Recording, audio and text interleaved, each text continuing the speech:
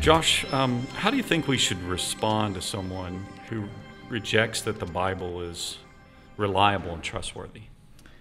Yeah, well, I mean, of course, in some sense, the answer to that is it depends. I mean, it depends on the context, but the first thing in general to say is, you've got to ask more questions, and particularly the first question that comes to mind is, well, what parts? This is a big book, and so what parts do you have problems with? Or maybe a good way to phrase this is, what's your biggest problem? Yeah. Give me one example. Yeah. Because if you just say, well, which parts, they might pull out a list. But if you say, what's the thing that bothers you the most? And then you can begin to have a conversation. But if you allow them to set the terms to say, well, just generally everything, there's nothing really to talk about at that point. You actually have to get more specific. Yeah. Well, I think at times, too, that people are a bit, who might be Christians and they're interacting with someone with this point of view, they might feel a little intimidated. Mm-hmm. But asking this question helps you to realize they might not really be able to think of a contradiction. Mm-hmm. Maybe they saw a YouTube video, or maybe they had a professor, but really in their minds they're not sure. They just know it's sort of the cultural thing to say, no, the Bible's unreliable, it's untrustworthy, and so asking this question can kind of raise that issue, concern. Are they just parroting what they've heard as a way to to not have that conversation, not go deeper as far as the claims of Christianity? So I think so first of all, you've got to ask some questions and dig deeper. I think the second thing is to say is you've got to learn to triage, and this is just important with any type of conversation about the truth of Christianity, the validity of Christianity is. And what I mean by triage is to say, okay, what's the central issue here? Are they saying, well, I have a problem with this Old Testament story. I have a problem with, just to throw one out, I have a problem with the story of Jonah, and I just don't believe, it's just over the top miraculous. I can't believe that. Well, I mean, obviously, I believe in that story. Yes. But is that where we really want to start? Do we want to let them set the terms again? Mm-hmm. In the sense that what's the central claim that Christianity makes, which is that there is a God and Jesus is his son who came and died and rose again. So triaging to say, hey, you know what? That's a good question. Actually, there's a lot that goes into that, but and we can talk about that, but the really central claim of Christianity is this. Mm-hmm. And so do your objections actually touch on these claims with the Bible? Yeah. And we would go to the Gospels and kind of discuss the Gospels. Are they reliable? Are they trustworthy? Do they give an accurate representation of who Jesus Christ really was, and who the people who knew him best, his most earliest disciples who saw him. The Gospels is the place where it represents their eyewitness testimony. And we go to the Gospels and we realize they're full of eyewitness testimonies. There's careful research, according to Luke chapter 1, that has gone into the Gospels. Yeah, I think what we're trying to do here, and there's more things we want to say here, but you want to get them into the stories of Christ. You want to say, hey, and I think that their initial rejection when you do that is, well, hang on, we can't trust these stories. Yeah.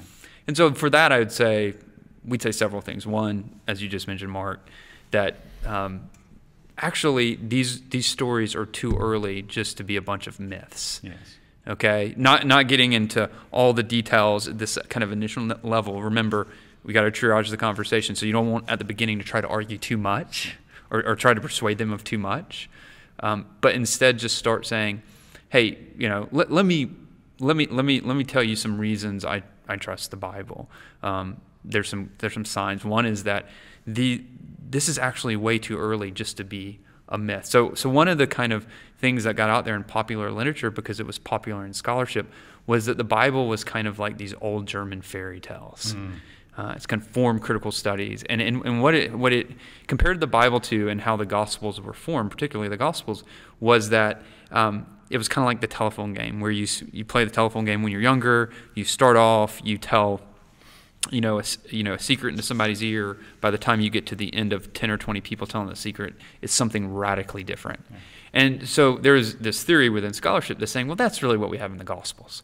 In other words, it started off with a story, perhaps by the eyewitness testimony. Sure, no problem.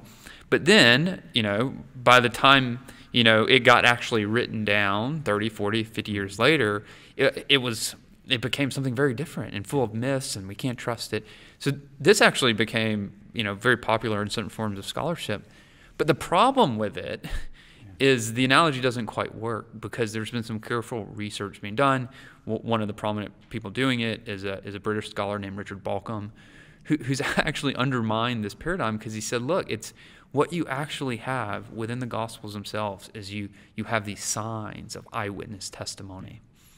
And he did this in a very scholarly work called Jesus and the Eyewitnesses. And what he said was, the Gospels were written too early, and so they were actually written in the lifetime of the first eyewitnesses. Yeah.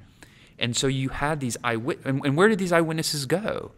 Well, they were actually leaders in the church. They were, you're eyewitnesses of Jesus, now you're a leader in the church, and the Gospels were being written in these Christian communities in the church, and so they were leaders in the church, and they were functioning as these eyewitness guarantors of the tradition. Yeah, yeah. And so it would be like in that telephone game, if I started the secret, and then as we go through every chain, every person, I'm there making sure that it's passed on correctly. Yeah, yeah. And that's really what we have in the Gospels. So we have these different marks. If I can just give one, a famous one is Mark 15:21, where you have Simon of Cyrene, who is carrying the cross of Jesus, and it mentions his two sons, Rufus and Alexander. And what's remarkable about that is, why in the world, and this is what Richard Balcom says, why in the world would you have these two sons mentioned? Like, it's just kind of out of nowhere, Rufus and Alexander. And none of the other Gospels have that detail. And what Balcom says is it makes sense, because you don't mention those two names unless people in the early Christian communities knew those two names. They knew those guys. Yeah. And then the reason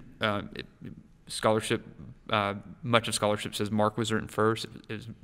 The majority position, Mark was written first, and then Matthew and Luke later. By the time it got to Matthew and Luke, it's likely those guys, those two brothers, weren't alive anymore. So there's no need to keep that detail in there, but we have it in Mark, the earliest gospel. So Richard Balcom in his work shows that this is, not the only occasion, but many different types of examples where they're actually signaling eyewitness testimony within the Gospels. We got about 1 minute left. Could you give us maybe some support to the idea that Gospels are too counterintuitive to be a hoax? Yeah. Well, I think there's several examples of this. One is, you have certain details that if you were, one of the claims is that the Gospels are just, made up. It's just kind of first century PR for this movement. But you don't make up the story like the Gospels and make them up. It just doesn't make sense. I'll give you several examples. One is the leader of this early movement, Peter, is just not cast in a good light. In fact, you have Jesus saying, "Get behind me, Satan," to Peter. Now, if you're wanting to create good PR for your leader, you don't have Jesus referring to him as Satan. It's just not a good move. You also have women as the first eyewitnesses of the resurrected Jesus in all the traditions and all the gospel accounts, which is remarkable, because in that time women were not seen as credible witnesses. So if you're remaking the story, if it's being developed later on, if you're adding your own, if you're playing fast and loose with these early eyewitness traditions, you don't keep women there because they were not seen as valid witnesses. And yet, all the traditions have women as the first eyewitnesses. So you have these counterintuitive claims within the Gospels themselves. So there's actually, I think, in the 21st century, we're really at a place now. There's this incredible scholarship that actually shows that helps you to. What we're suggesting here is, don't try to argue necessarily too much here at the beginning, because what you're saying is the Gospels give us generally reliable account. And so what are you going to do with Jesus? And once somebody says, okay, so let's just say I can generally trust this. Well, if you come to see Jesus as Lord, then all of a sudden you're going to look back at the Old Testament, and if he's Lord, if he really did rise from the dead, then we can trust the Old Testament because he's giving it so much authority. Yes. And then it doesn't tell you how to interpret every single detail or anything like that. There's still going to be interpretive differences even amongst Christians. But it also points you forward to okay, if he was Jesus, if Jesus was God incarnate, and he commissioned these apostles and disciples to go forth with this message and gave them his Spirit, well, then it also makes sense that there would be this new covenant with new covenant documents. Yeah. And so with Jesus, we can go forward and have good reason to trust the apostles and these eyewitnesses, and we go backwards, so we have good reason to trust the Old Testament. Very good. So if we're challenged with a question on the reliability and trustworthiness of the Bible, we need to go do a triage. What's most important? What's central? Go to Jesus Christ, and then go to the original documents, the Gospels, and show with basic arguments how we can trust the Gospels and how they are truly reliable.